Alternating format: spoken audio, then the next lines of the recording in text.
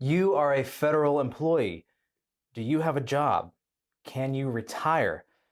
Folks, hey, thanks for joining us. My name is Evan. With me, as always, retirement planner Mark Fricks with Master Plan Retirement Consultants. Thanks for joining us today. Whether you're a federal employee or know someone who is, today we'll discuss recent changes in policy from the new administration and how it may affect our country's federal workers. Yeah, we've talked about this before. A large segment of our clientele are federal workers. We've got a lot of retired federal workers. We've got a lot that are shooting for retirement. So we're very well versed in this. We're certified in federal employees, but there are changes coming. They've already begun coming, so to speak. We're going to talk today about what is, what do we think? What do we see on the horizon? What do we think the effect's going to be on you as a federal worker, and what are your options? So I think we'll get a nice overview today. And even if you're not a federal worker, but you're in a position to where your job, maybe you're tired of it, you're headed toward retirement, don't tune out, because some of this will apply to you as well, but certainly targeting that federal employee today. Yeah, absolutely. And whether you are a federal employee and thinking you might want to retire soon or still have a long time horizon, we are going to discuss some of the policy changes for sure. But some of the topics we discuss as far as federal employee benefits, not only are they good to know now for preparation for your retirement, no matter how long the time horizon, but for non-federal employee workers, we're still discussing topical issues that have to do with everyone's retirement. Yeah, and I think the thing we've experienced too, teaching so many federal classes, working with so many workers that work for the government, is that the complaint we get the most often is they don't understand their benefits. And here you've got somebody that starts work, with the federal government, and then 20 years later they find out this benefit was there, they should have been feeding it or paying more attention to that. And so we've really been trying, as you know, Evan, trying to get into some of these federal agencies early, maybe during the processing part of the hiring, so that we can go in and teach them ahead of time. Oh, they'd be so much further ahead, so much further ahead. So if you know someone, if you're a department head, or if you're connected and you're like, hey, we need somebody to come in, we don't charge anything for that. It's just educationally based, but really to help folks getting ready to begin employment, but also, again, getting ready to retire as well. Yeah, excellent. So Mark, to start out, can you discuss some of these policy changes and why it's got certain people a little concerned? Yeah, two or three things. First of all, there's talk, of course, of getting rid of some of the federal workforce. They're looking at cutting positions. They're looking at cutting out certain layers of management. They're using different ways to do this. Now, whether you agree or disagree that we have too many employees in the federal government, too little, I think it depends on the department, but I know a lot of the folks we talk to, they're like, people are ritiring and they're not replacing them. And they feel like they're being overworked as well. So this is not a one size fits all. And so that's one of the issues I kind of have with this, what's going on is kind of let's throw everything out the window. And then, what do you go back and say, okay, well, now we're missing this, that, and the other. And sometimes these folks are hard to replace, but there is that. What can we do to go ahead and get people to retire early?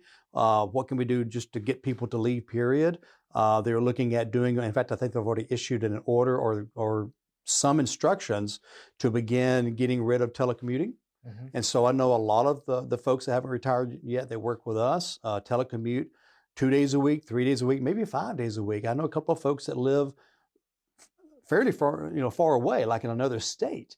And so do they retire? Do they quit? Are they ready to retire? And so part of today's episode is going to be about, can you retire earlier? And what are some things you can look at to help you do that? There's not been a lot of nuance in the news yet. It's been a lot of blanket. And we were just in Augusta, Georgia, teaching a federal benefits seminar. And one of the conversations was there's someone who's a federal employee and they were on disability as well. And they can't really commute. So they had a completely virtual job.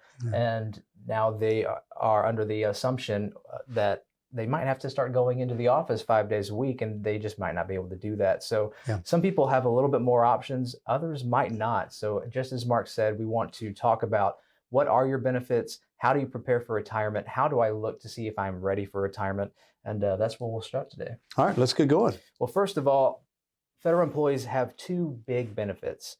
They have as far as the retirement planning financial aspect of that. And one is your pension, your FERS pension. And in fact, in an era where pensions are going away more and more, you folks are incredibly blessed. You are, for a couple of reasons. Number one is it's a good solid pension. Now, also, there may be some CSRS pension folks out there as well. That's the old pension program. So we're kind of alluding to both.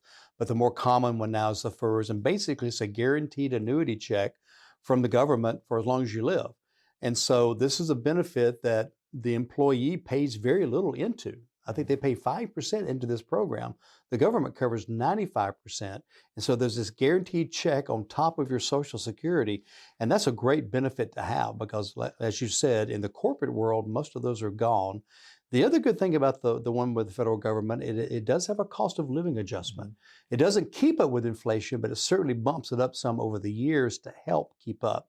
And so, we've had some employees come to us confused about what is FERS, what is their TSP, things like that. So that's why Evan's kind of starting with the basics. What is the FERS and how does it work? So there's really nothing for you to do.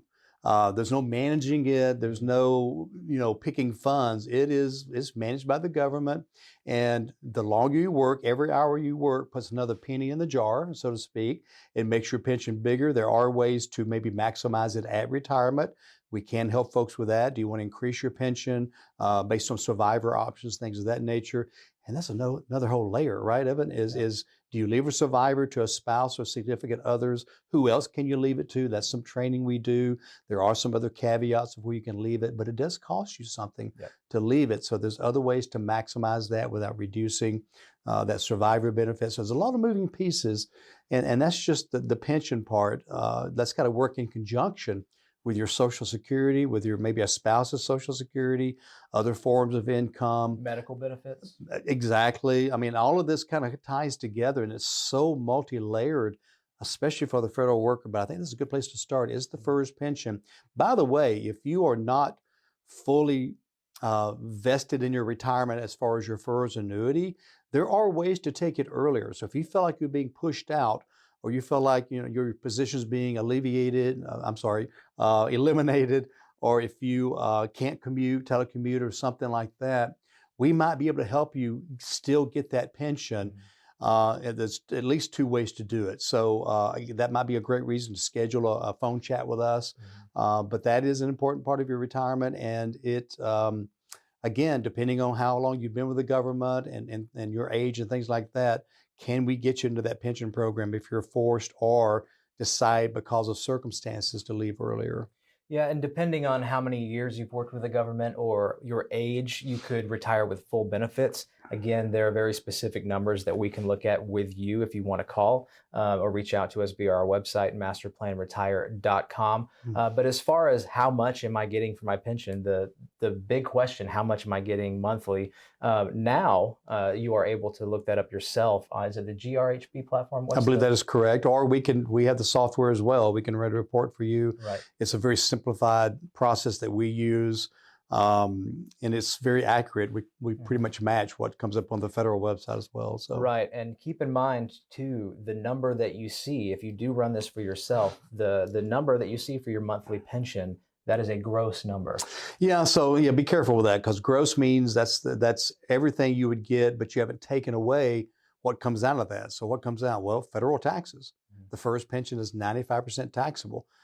So whatever rate you're at in retirement, and that of course will change over the years, but also if you keep the health insurance, the FEHB, that price comes out of that. If you keep into the life insurance, which is called FEGLI with the government, that comes out of that. And then the other big one could be if you purchase a survivor benefit, if you want to leave some of that annuity to a spouse or significant other. If you pass away first, that's going to reduce your pension. So that's something you may or may not get on the website with the government, but we certainly can help you figure that as well.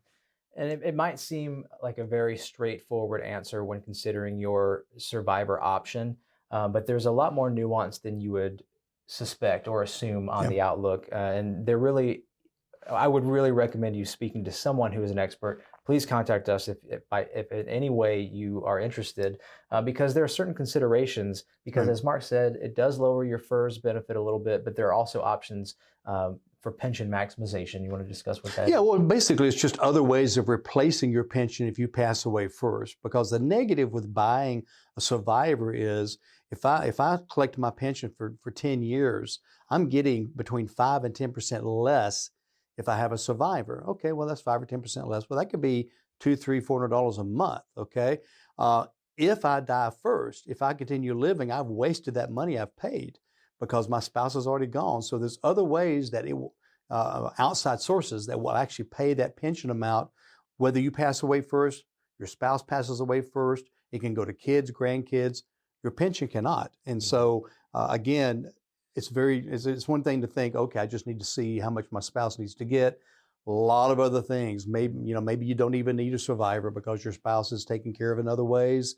So many things to look at. And that's, again, one of the reports we can run for you is the survivor report. If my spouse passes away, what am I left with? And how do I plug that gap? And if you're under the age of 62, you also may be entitled to additional pension money. Some people around the water cooler in the federal offices might refer to this as the Social Security supplement, but it's called the special supplement. They still have water coolers? They got to drink something. It's called bottled water. Depending on what the next year looks like, it might turn into a keg. That's right. So, yeah, Evan is exactly correct. Another great benefit for the government worker is they have what's called the FERS supplement. So the FERS supplement is basically an extra check that comes to someone that retires under full benefits under age 62. So if you're 60 and you retire with full benefits, you've got enough years in, then you get an extra check until age 62. And so that's another great benefit.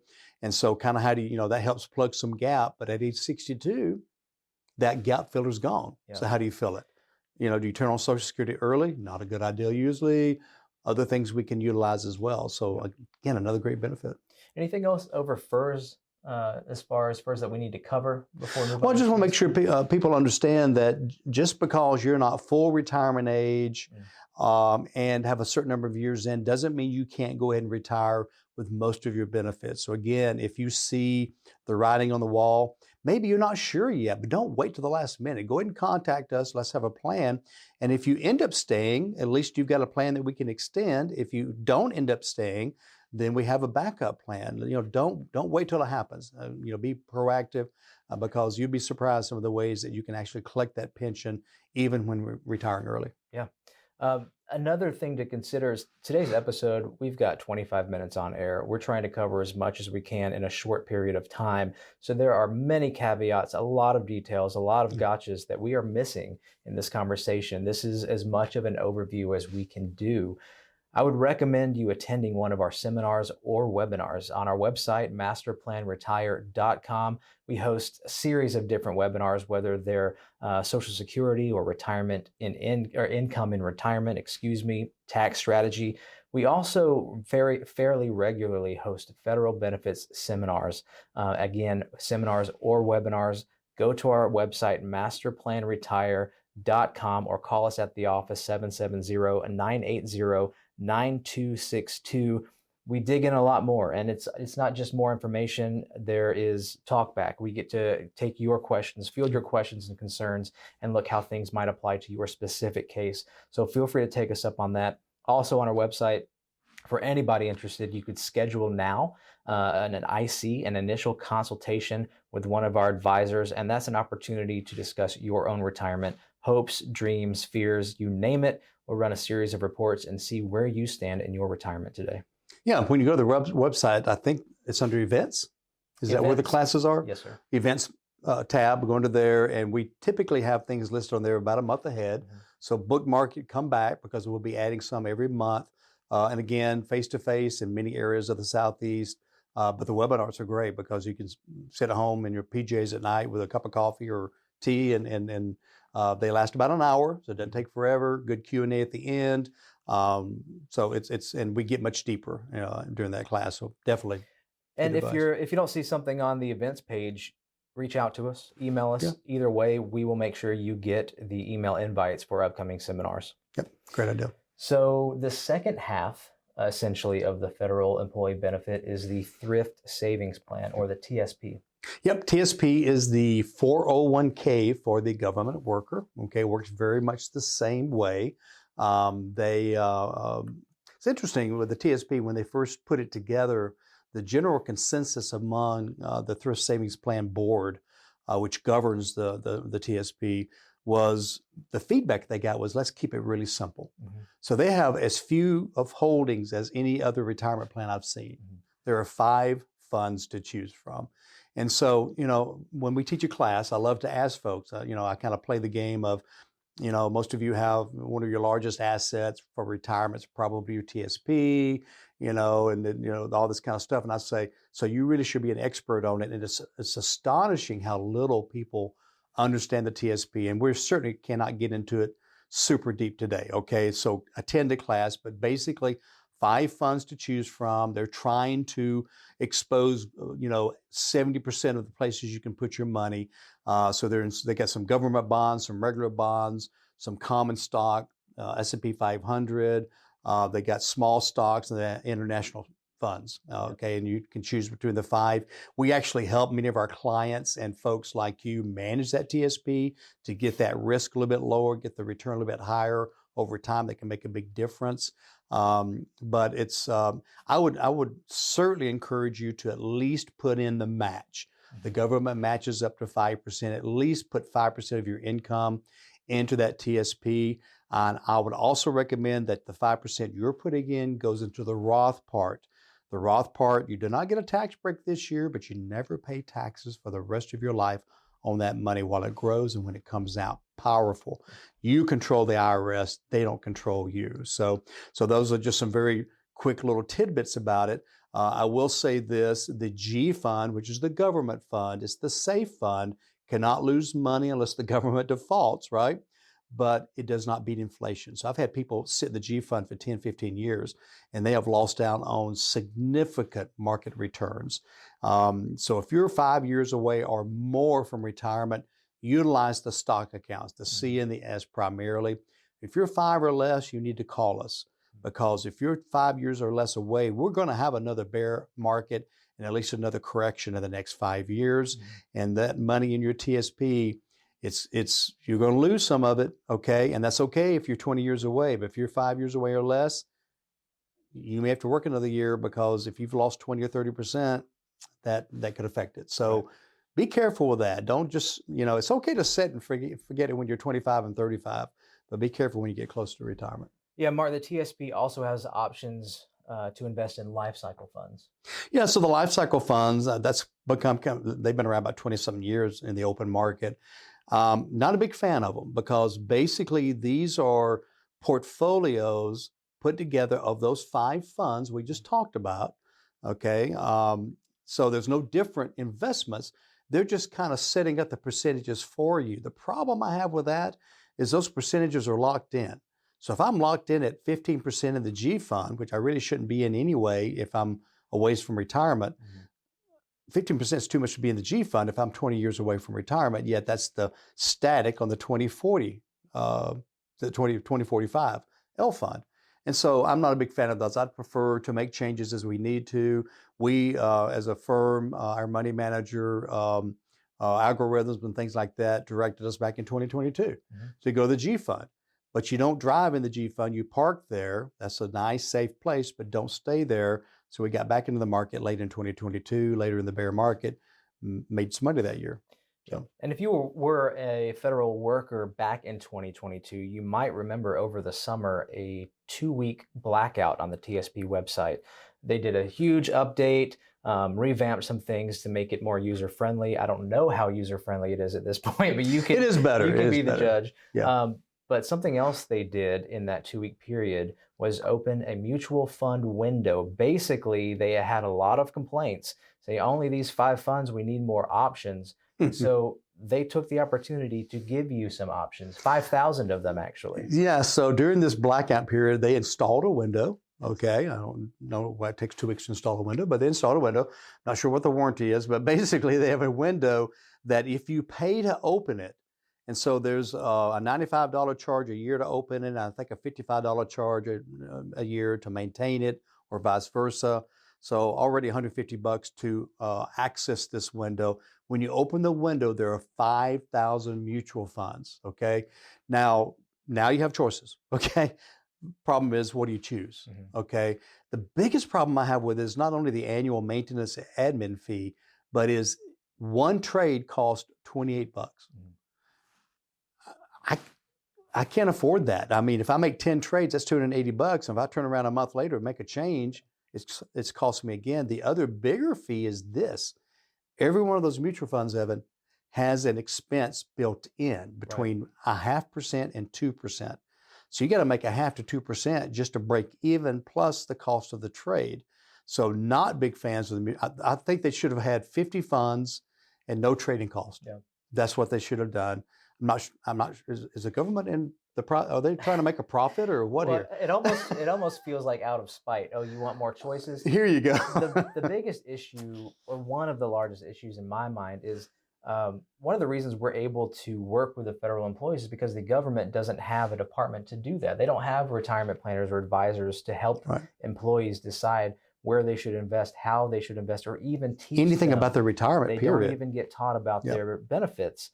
The government thought that it was better to outsource that. So we have an opportunity as an independent RIA form to open ourselves up to that line of business. Of course, it's a great thing, but the problem is so many people that come to our federal seminars and webinars, they don't have any of this information. And the same thing with the TSP or FERS and all these ins and outs. The mutual fund window, how do you know what to choose? I don't know what to choose. I'm an investment advisor, but I mean, how can you study 5,000 different funds? And again, just because one did good last year has nothing to do with this year. That's right. And so if you're trying to diversify and buy 20 of them, again, your trading costs, the fees in the funds, we don't even use mutual funds anymore. They're so antiquated, cumbersome, expensive, all of that. We don't even use them anymore. And now you got 5,000 to choose from. It's it's just ridiculous. I don't understand why they did it that way. I'm not in charge. I'm not on the board. So, maybe there's something they found that's a good idea. I'll tell you this, since that's opened, that window has opened 2 years ago, 2.5 years ago now, every workshop we've taught face-to-face, I've asked, who's heard of this? I can think of 2 people that's heard of it.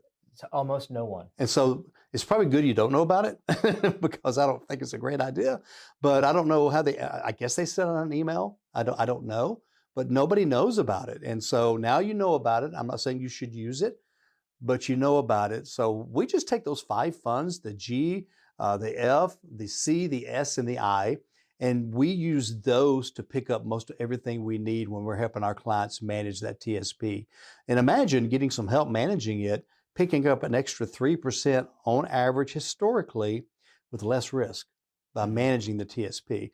Again, 30 years old, not a big deal. Right. But getting into your later years, you're 5 years or less away from retirement, really need to get a hold of that because you can't afford a large loss at that late stage of the game. Look, we have less than a minute left. There's so many more things I'd like to share about your federal benefits. But please, if you have any questions or just want to learn more, check out our seminars or webinars. There's insurance to discuss, life and health that are part of your federal benefits package, and they also affect FERS and other aspects of your retirement, affect your survivors, just like Mark mentioned. There are gotchas I wish we could have gone over. We can do a gotcha program. There's a TSP annuity option. When you log in and look at your TSP, avoid it like the plague. Call us. We'll talk to you about it and spill the beans, or just come to a seminar, masterplanretire.com. Take our class and/or schedule a chat. And I'll educate you one-on-one, okay? But more importantly, we'll run some complimentary reports, make sure you know where you're at. So until we see each other again, it's time to wrap it up. But remember, plan well and prosper, and take care, everybody. This was Retirement Roadmap Radio with Mark Fricks of Master Plan Retirement Consultants. To schedule a complimentary consultation, go to masterplanretire.com or call 770-980-9262. Thanks for listening, and remember, plan well and prosper.